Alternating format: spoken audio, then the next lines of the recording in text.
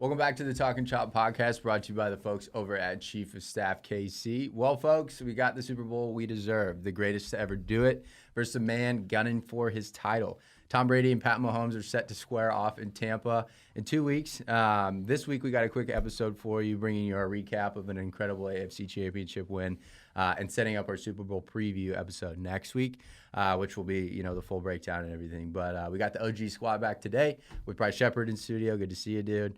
We're also bringing you a Super Bowl edition of Malachis Minute. And he brings the heat in this one. It's like nothing unites Chiefs fans more than our combined hatred for Tom Brady, and it's awesome to see him starting young. Just love to see it. But we also got a awesome stack of positions of the week for you this week, brought to you by Chief of Staff KC, your local trusted talent scouts. We are a recruiting firm in Brookside, and we'll bring you the best human resources, operations, sales, accounting, finance, marketing, and admin talent that Kansas City has to offer. Yep. Bryce, since you're in studio, we'll kick it to you first. What are you working on this week? Yeah, so we got a pretty exciting one to work on this week. It's a financial operations analyst. And so anyone with a background, I think they're specifically looking for fund accounting, would be huge. Probably about 2 to 3 years of experience. So, after you've developed a solid foundation, they're kind of looking for that next step. That's what they're looking for. So cool. If that sounds like you, give me a shout. Yeah, I think we got a couple of those open, right? Just one right now. Okay. But, maybe or no, the fund. Okay. Yeah, you're right. If you're ready to leave State Street, let us know. Yeah, exactly. Love it. No, so my position of the week is kind of a hybrid within the same company. There's an AP specialist position. There's also a staff accountant opening. The company itself is an employee-owned company, so they have phenomenal benefits, stock option plans once you're vested for a few years. We joke you can retire a millionaire as long as you play your cards right. So if you're 2 to 3 years in experience on AP, for the staff accountant role, about 3 to 5 years of a true corporate accounting role. Both have lucrative base salary packages as well, in addition to the benefits that come with it. Let alone you get to be associated with a company that's done some phenomenal projects throughout the entire nation, and I believe maybe a few global projects as well. So cool. Really exciting positions. Give me a shout. Yeah. And then on the HR side of things, we actually have we have a vice president of HR position available at the moment. Need to have about 10 years of leadership experience, and then also ideally a manufacturing environment experience, blue-collar industry, and then someone who also has experience with union negotiations is going to be a big one on this end as well. Union contract negotiation year for them, so it's going to be a big focus. So pay is pretty lucrative, awesome leadership opportunity within this company. So sounds like you. Reach out to us, but those are your positions of the week, brought to you by Chief of Staff KC. Wow. Are you kidding me? Come on, boys. Buffalo Bills who? Yeah. Like that was absolutely incredible. Everybody was counting us out. The internet forgot who we are and who we were and who we will always be for the foreseeable future. I feel like the Chiefs came out with a statement win that we've been looking for all year long. We excelled in all three facets. I was at the game. I don't know if you can hear it, getting my voice back a little bit, but before I dive too far into detail, I want to pass this over to Bryce. We give everybody, obviously, our guest first take of the game. So with that, time's yours. Yeah, so I think leading up to it, I was getting a little bit nervous just due to all the hype, and I felt like, the Bills were gaining a lot of momentum just with like sports radio and sports talk and whatnot. Oh, yeah. And then we started the game off, down 9. Yeah. McCole Hardman dropped the punt, and I was a little bit scared. But after that, it was never even close. Yeah. I think once we put some points on the board, got comfortable, there was honestly no point after that that I was nervous that we could potentially, be in trouble. Yeah. And so, it started a little scary, but after that, it's easy sailing. Yeah, I mean, after the playoffs we had last year, I think Yeah, exactly. Chiefs fans are battle tested when it comes to being down in a hole. And I think they scored the first 9 points and then the last 9 points, and in between it was a 38-6 run or whatever. I was talking to the people around me. I was like, do you guys remember last year at all? Like, relax, guys. We're good. I don't think anyone I was with was scared at all. Or not scared, but like kind of just, on the edge of their seat. Yeah. I mean, I always get nervous when McColl's back there catching punts for some reason, and I just kind of had a feeling something like that might happen. And Andrew Carter last week was talking about first quarterback to throw an interception. So he's right with Josh Allen, but I was just like, man, as long as we get this turnover battle back to even, I think we should be all right. But and hell of a game. The perseverance of McCole Hardman, but really just the leadership amongst the guys, specifically Tyreek Hill, I believe came up to McCole, and Travis Kelce primarily came up to him and said, hey, man, keep your head in the game. Like, you're going to make a play. Yep. And then if you watched, I think Pat, had a good speech to him as well. Right. And for Andy to dial him up 2 more times. Yeah, he scored the first touchdown. Get him a first touchdown, get him back in the game. That's a testament to our team right now. So that's coaching, camaraderie at all. I mean, it makes you proud to be a Chiefs fan. Of course. Watching that. Yeah, and I think the coolest part about it was how that defense approached that whole game plan. Spags was dialing up the pressure.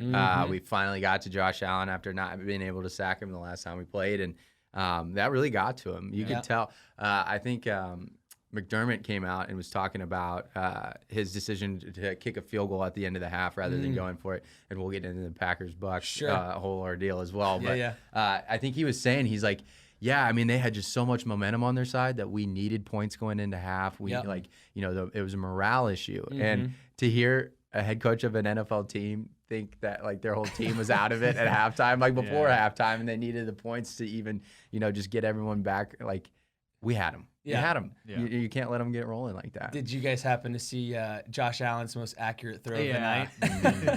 When he tossed it at, who was it? Was it Frank Clark? Or no, Chris It was Chris Jones, I believe, and it was hilarious. It just bounced off his head. It looked like Chris wanted to throw hands immediately. It started a whole big ordeal, too. Yeah, I got chippy there towards the end. But the Bills will be back. They're a good team.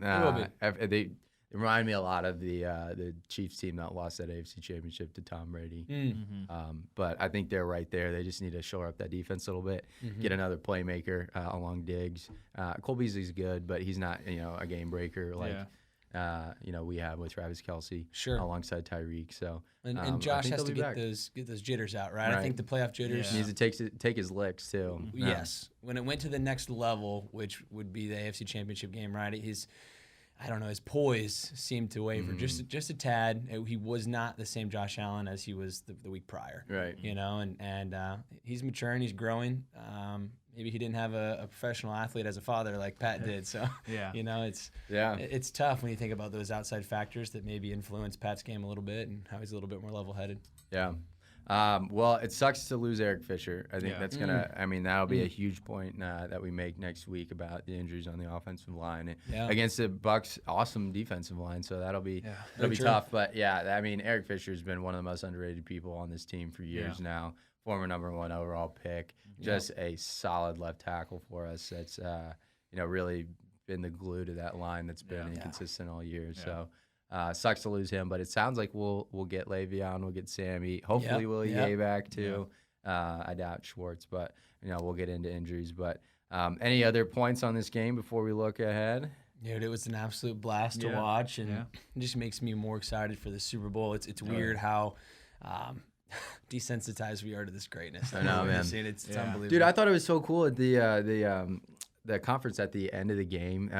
Mahomes dropped a Kobe reference that I didn't even pick up on at the time, and he's like, "The job's not finished," And I think last year is so cool to get the Lamar Hunt Trophy, and to keep that here this year is awesome. But like the luster of it all wasn't as exciting as it was last year. It's like we still got business to take care of. We've been here, we've done that. We know where the big celebration comes in. Right. So. There was a video of a Chiefs fan tweeting of Bill Belichick where he grabs the AFC Championship trophy and just immediately hands it off, and he's like, "Nah, I want the Lombardi." Yeah. And people were like, "Will the Chiefs ever get there?" It's like, maybe, but not because of our owner's name on that trophy. I hope one day we get to the point where it's like, okay, it's a little bit maybe faster handoff, but add it to the mantle. Let's live it up while we can, Chiefs fan.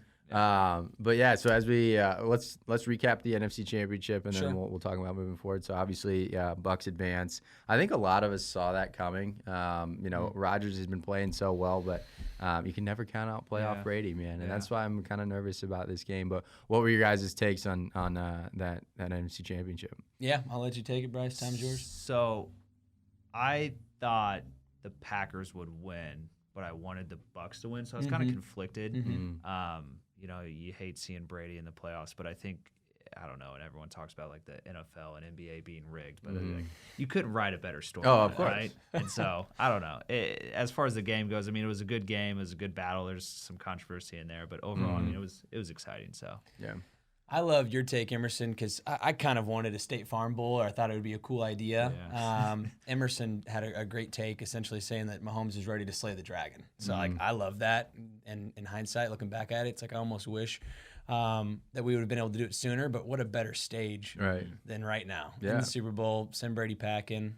He looked good during this Packers game. He was throwing some deep balls, which for a 43-year-old man looked like some pretty tight spirals. Yeah. So that touchdown at the end of the half to Scotty Miller was a dime. It was Dime. looking good. So our pass coverage and our pass defense is looking great this year. So many underrated pieces. And I did see a stat where Brady is one of the worst, knock on wood, we'll keep it that way, but when it comes to passing with rushing with rushers, right? Or with pressure in his face is what I'm looking for. And he's 32nd or 31st.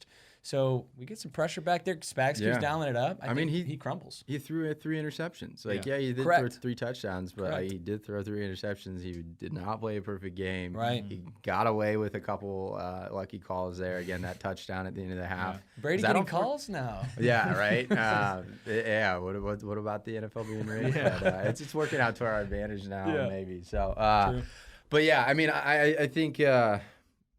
It'll be. I think you made this point last week, Lucas, about how the revenge is even sweeter with Brady. Like, if we can actually beating him at home. Sure.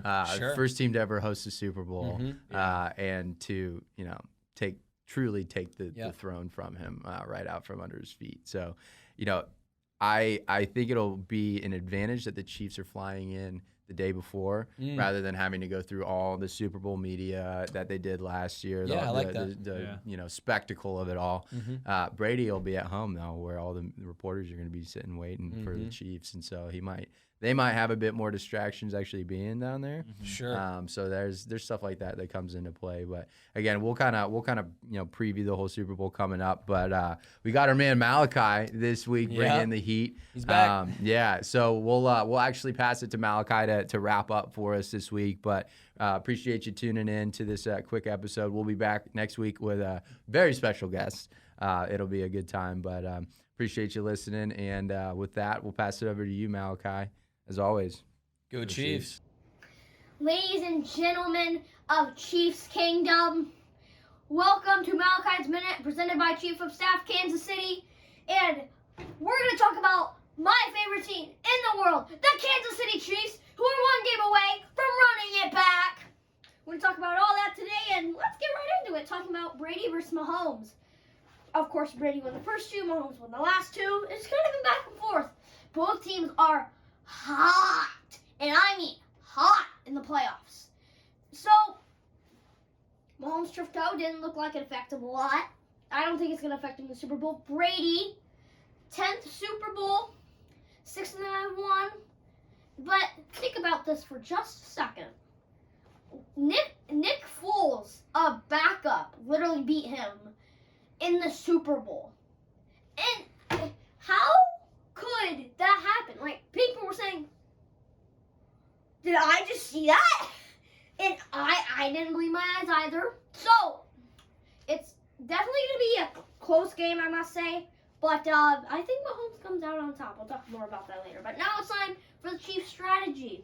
Of course, we've lost 2 linemen, but we got some tight ends to help with that. Trust me. We can get some more blockers out there. Trust me. So, that's the strategy on offense, is to make sure we still cover Mahomes without those 2 players and get our receivers deep. And I mean deep. We could get some good running plays in too, but Mahomes is great in the passing game. So is Kelsey. We got all those guys. So, and our strategy on defense is to non-stop bring pressure. That's what we did to Allen. That's what we're going to do to Brady. It works. Trust me. We can still have guys downfield blocking them while we have a big bunch of guys coming at Brady. It's possible. I mean, we could have 4 guys just rushing at Brady while there's also 4 guys going down blocking